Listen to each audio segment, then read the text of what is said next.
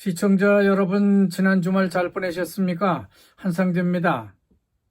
오늘 2024년 5월 20일 월요일 한상재와 함께하는 자연이 그리워 방송을 시작하겠습니다.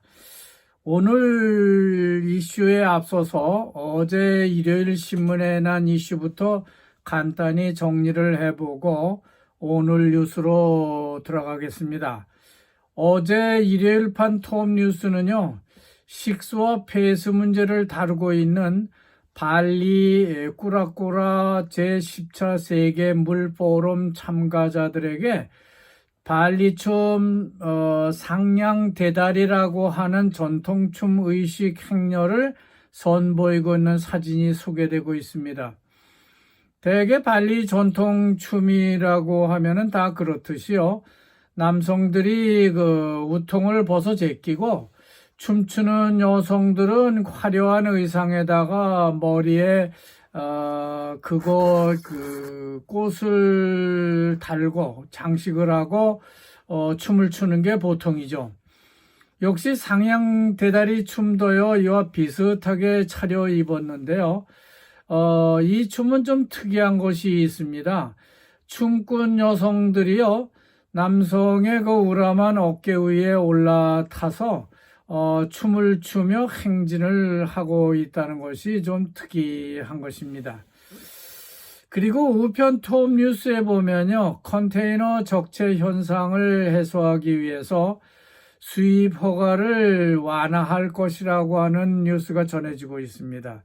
지금 자카르타 단중프리옥 항에는 17,000개가 넘는 컨테이너가 적체되어 있고, 또 수라바야 단중페라기라고 하는 항에도 9,000개가 넘는 컨테이너가 적체되어 있다고 합니다. 무역부와 관세청 규정 때문에 수입 허가가 지연되고 있는 모양인데요. 조코이 대통령이 지시를 해서 세관은 컨테이너를 점차적으로 방출을 하게 될 것이라고 말하고 있습니다. 대충 일요일판 뉴스는 이런 뉴스가 전해졌고요. 오늘 월요일 아침에는요, 사진으로 보는 톱 뉴스는 없습니다. 그리고 Z세대는 정규직 일자리를 찾는 것이 점점 더 어려워지고 있다는 기사가 전면을 차지하고 있습니다. 인도네시아 통계청 자료에 의거했는데요. 지난 15년 동안 법인 회사 같은데 하고 근로계약을 맺는 정규직 부문에서의 노동 흡수율은 계속해서 줄어든 것으로 이렇게 나타나고 있다고 합니다.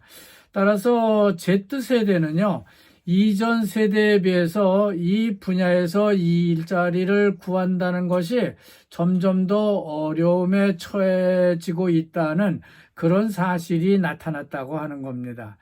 반면에 마냥 데이터만 입력을 하거나 전시회라든지 음식물 가판대에서 임시로 보조 일을 하는 이벤트 혹은 심지어 그런 일을 돕는 단순 노동 등 비정규직 일자리는 급증을 하고 있더라고 하는 것이죠.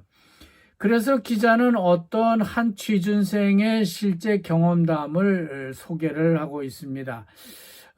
그 내용을 요약해 보면 300번 입사 원서를 냈는데 300번 다 실패를 했다고 하는 겁니다.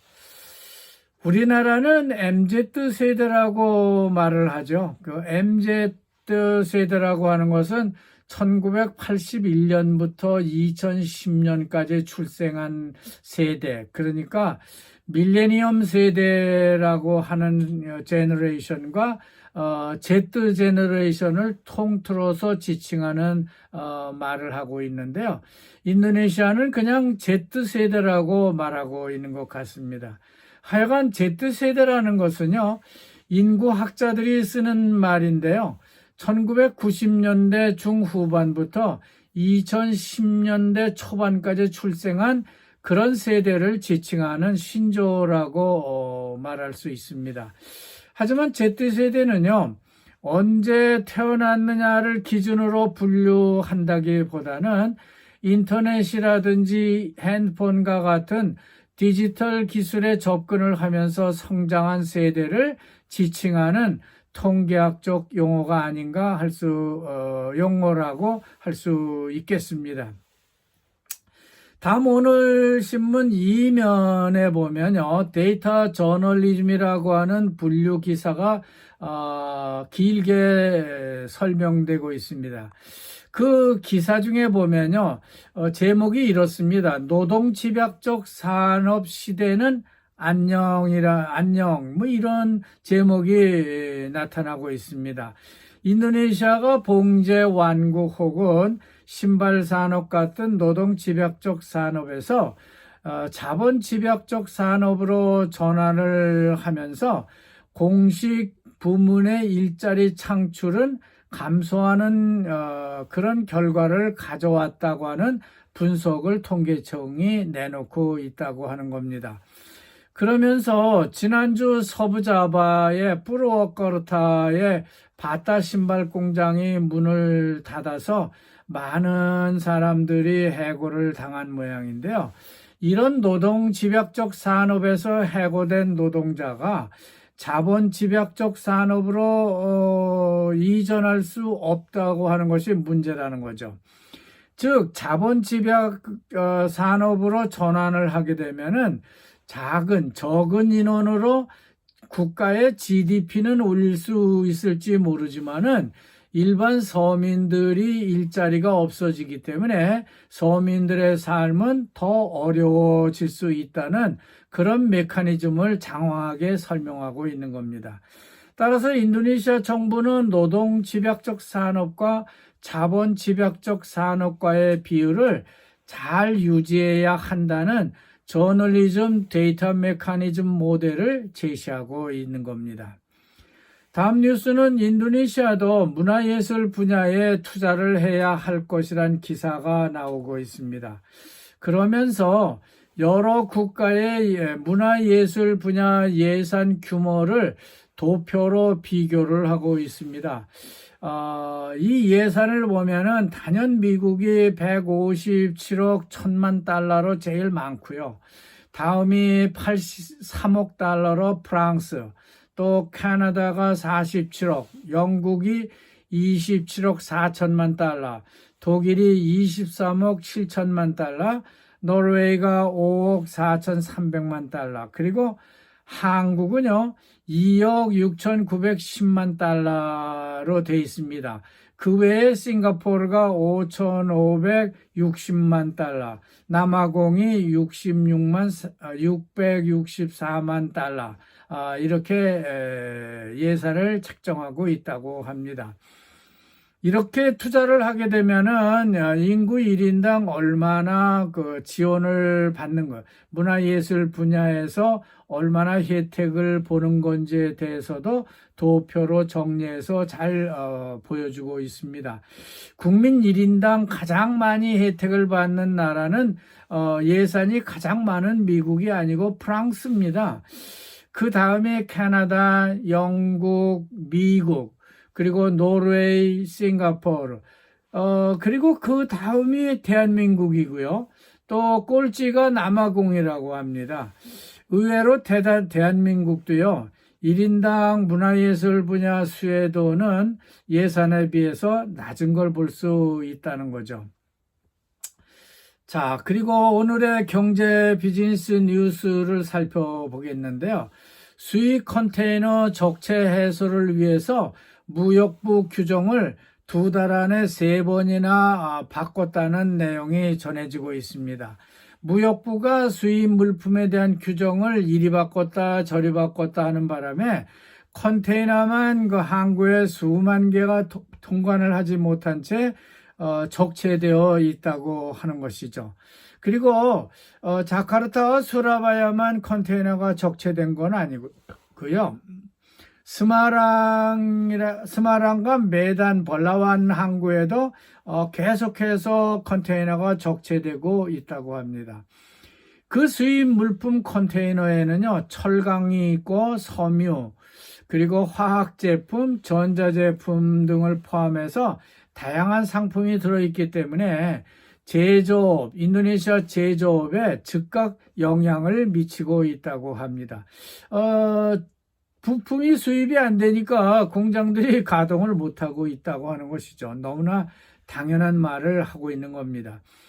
그래서 지난 3월 10일 시행된 규정에 종합검사보고서, 그 LS라고 하는 보고서와 수입 승인서, 그러니까 PI라고 하는 거를 두 개를 다 포함해서 제출해야 통관이 될 수 있었지만은 이번 개정에서는요, 전통의약품과 건강보조식품, 그리고 화장품류, 문구류, 또 가방, 밸브 등 가정용품 17개 품목은 수입 승인서, 그러니까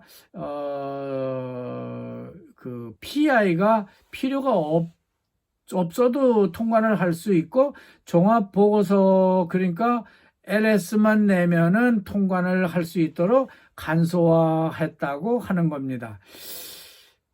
무역을 하시는 분들은 좀 더 무역부 장관령을 직접 참조하면 좋을 것 같다는 생각이 듭니다.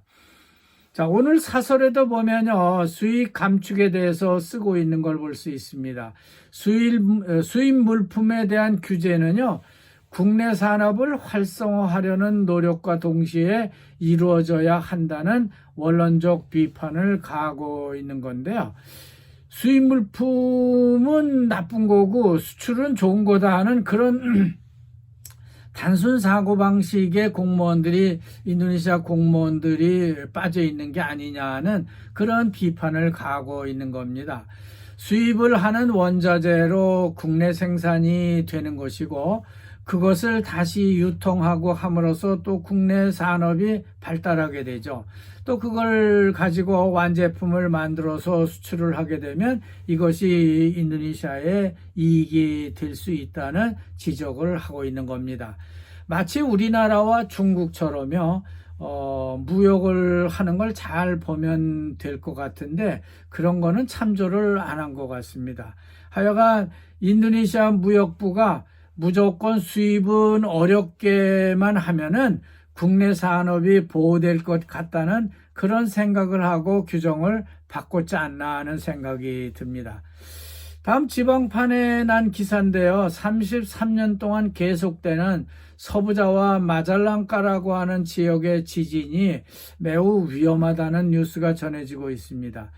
이 지역은 지난 1996년 6월에 강진이 발생해서 무려 12,500여 채의 집이 파손된 적이 있습니다. 따라서 마잘랑카를 비롯해서 꾸닝안 지역, 또 찌아미스 지역, 그리고 수메당 지역까지 지진의 여파가 나타날 수가 있기 때문에 이 지역에 사는 분들은 주의를 해야 할 것이라고 말하고 있습니다. 이 일대는 우리나라 봉제 공장도 꽤 있는 곳이기 때문에 한국 분들도 주의를 해야 할 것입니다. 끝으로 아주 아름답고 주민들이 친절한 농촌을 배경으로 하는 찌분뚜라고 하는 농촌 체험 관광지 한 곳이 소개되고 있어서 부가 설명을 마치도록 하겠습니다. 이 지역 이름이 찌분뚜니까요. 찌분뚜, 그것은 더 이상 어디로 갈 수 없는 마지막 마을이죠. 그러니까 아주 오지라는 생각이 듭니다. 이것은 서부자바 찌레본에서요, 남쪽으로 난 그 언덕을 따라서 국도를 올라가게 되면은 나오게 되는 꾸닝안 군의 빠사와한이라고 하는 면의 찌분뚜, 깜뿡 찌분뚜가 되겠습니다. 이것은 마을 주택에서 민박을 하고 갈 수 있도록 방을 하나 더 마련해서 아주 깨끗하게 잘 마련했다고 하는 것입니다.